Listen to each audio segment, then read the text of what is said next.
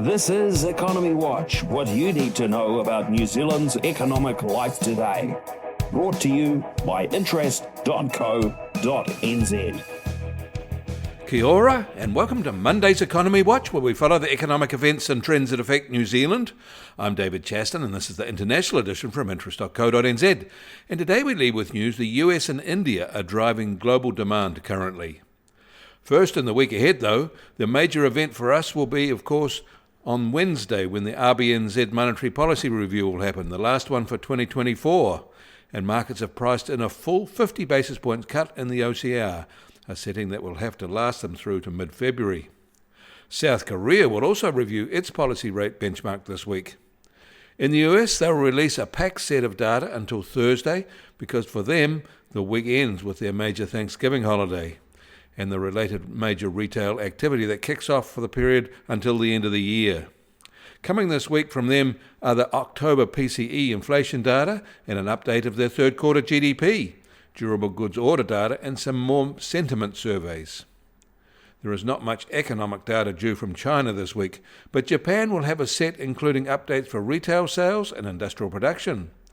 And Canada and India will deliver GDP updates, and Australia and the EU will come up with inflation data updates.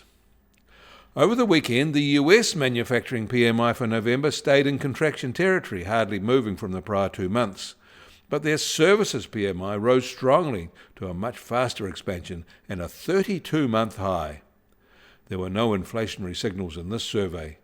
Business expectations were the highest level since May 2022, reflecting optimism about potential interest rate cuts, stronger economic growth, and pro-business policies. On the consumer front, however, the November University of Michigan Sentiment Survey for November was downgraded from its flash reported rise, so that in fact little improvement was evident in the month. These sentiment surveys levels remain about 30% lower than pre-pandemic levels. And Canadian retail sales rose unexpectedly in October, now for a fourth straight month. Excluding car sales, which were strong in September, a small correction was expected, but in fact non-car retail activity rose very strongly. Perhaps the recent Bank of Canada interest rate cuts are working there. They have trimmed 125 basis points since May this year and now have an official cash rate of 3.75%. Japanese inflation fell again in October, now running at an annual rate of 2.3%. That is sharply lower than the 3% rate they had in August, but is still within their central bank's target range.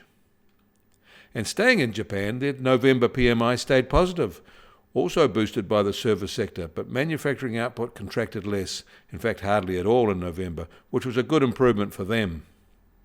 In India, they again reported strong expansions in both their factory and service sectors.